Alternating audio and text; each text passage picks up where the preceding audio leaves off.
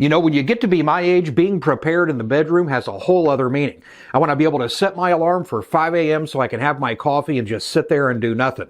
I want to be able to listen to my cassettes or the radio, or if I have a phonograph, plug that into the back, or maybe even a CD player if I'm that technically savvy. Well, when I saw this IMA Stereo System sitting on the shelf at a vendor mall recently, I thought, well, I'm a collector. Let's take a look at it. Well, it also had this sticker on top that said that the tape deck doesn't work. So I thought, well, challenge accepted. Let's see what we can do with this thing.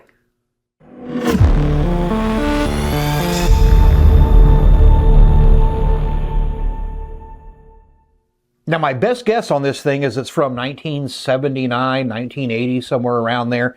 And it really has that aesthetic. It's got the red clock, the one that looks like it's from an old VCR.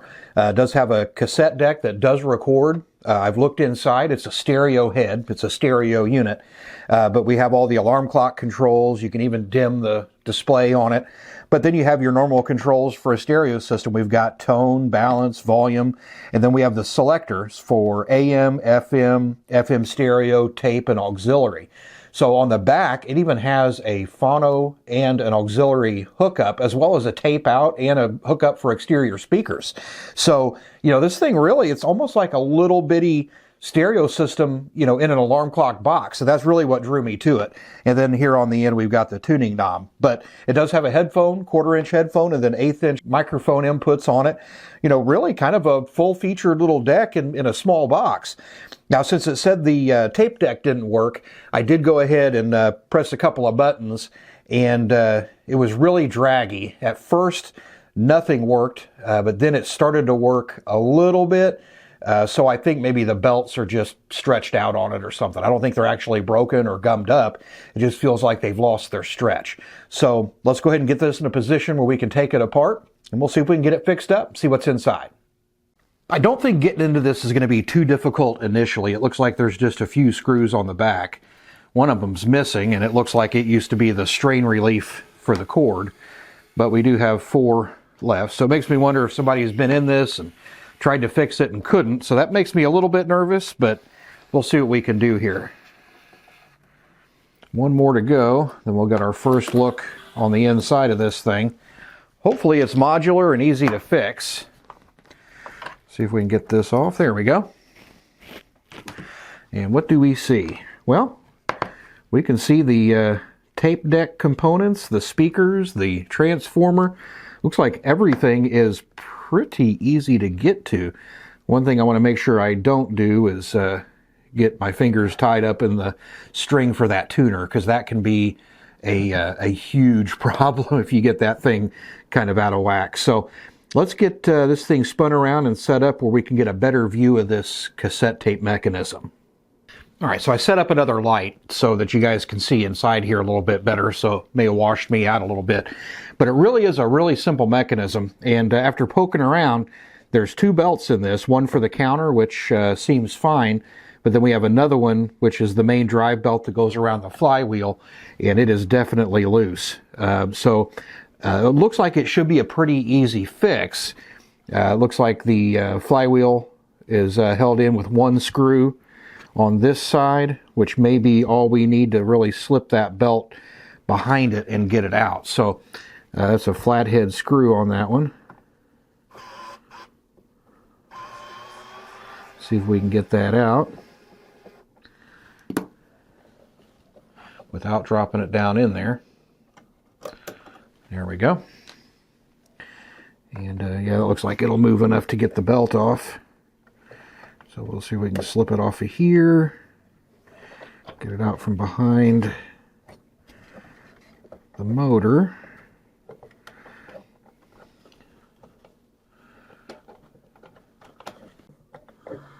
Maybe it goes around the other way. Yep, it does.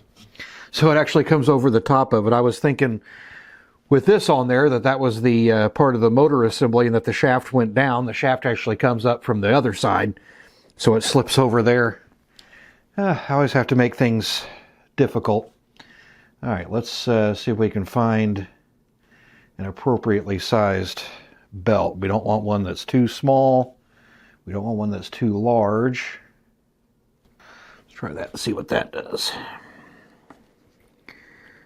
that back over, back through here.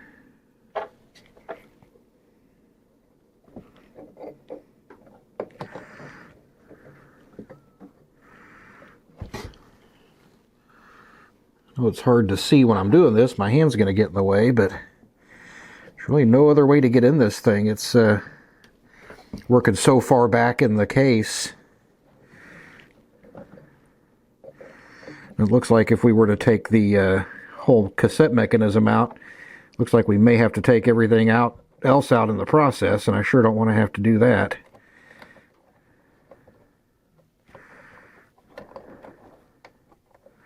I'm sure this is just a mechanism that Craig reused from another device that they, already had out. So it's probably not made specifically for this one. It is pretty typical of the late 70s. It has the piano keys. It does have a metal flywheel. There we go. Get this pulled over the motor. That goes around here. Tough part's getting it back on that rear pulley there without pulling it off. Yeah, my fingers don't work as well as they used to either. I don't have the dexterity that I used to. Alright, so that's back on there. Before we put anything back together, make sure nothing's laying on anything, let's give this a quick test. So I'm going to go to tape, we'll go to fast forward, because before we weren't getting any drive on the flywheel. And now we are. And which one is play? We're getting good tension there. It's not too loose.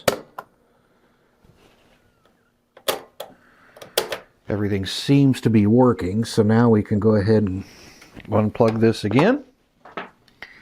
We can put our screw back in here to hold that flywheel in place.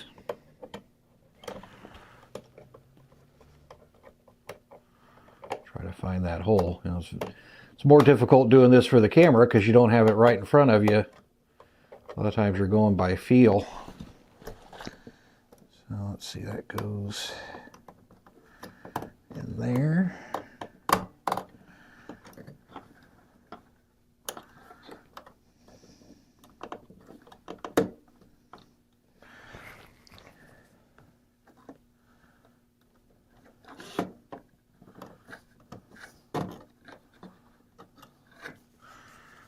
We'll get it.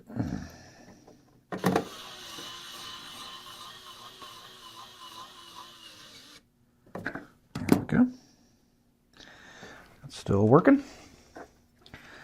We can put this thing back up in here. Switch to a Phillips bit for this. And we can go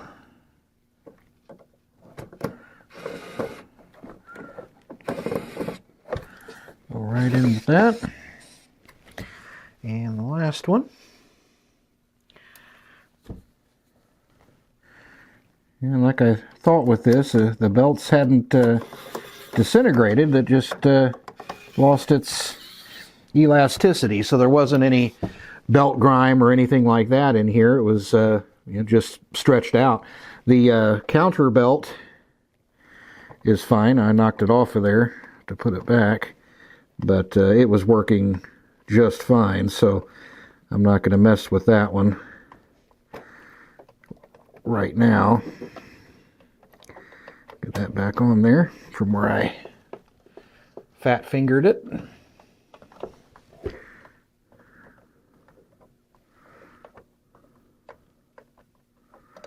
There we go. All right, well, let's go ahead and get the back put back on this, and we'll do a little bit of testing and cleanup.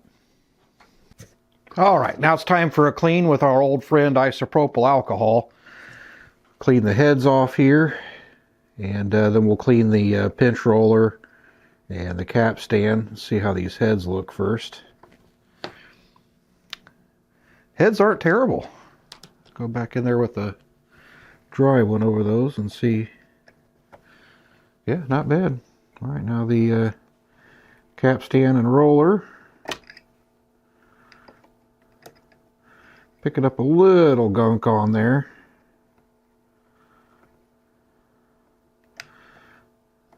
Those are kind of dirty. Get any residue off of that cap stand there. There we go. All right, time for a test.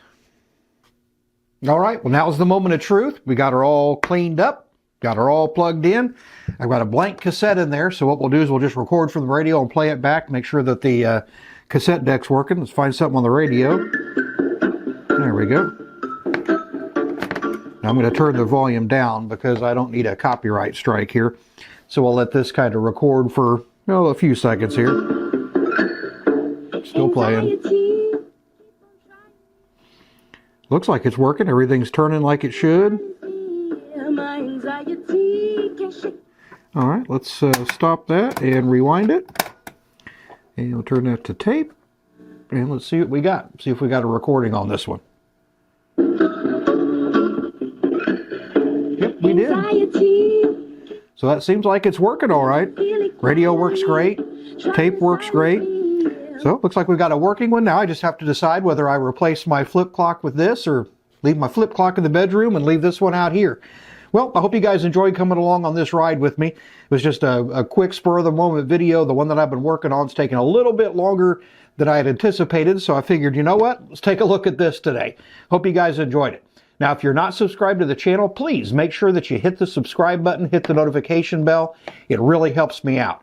And for those who want to go a little bit deeper on some of these, you can join Studio Access membership. Gives you behind-the-scenes videos, a little bit more in-depth cuts of some of the repairs that we do and the cleanings and the restorations. So it's not for everybody, but if it's for you, check it out. Otherwise, happy listening.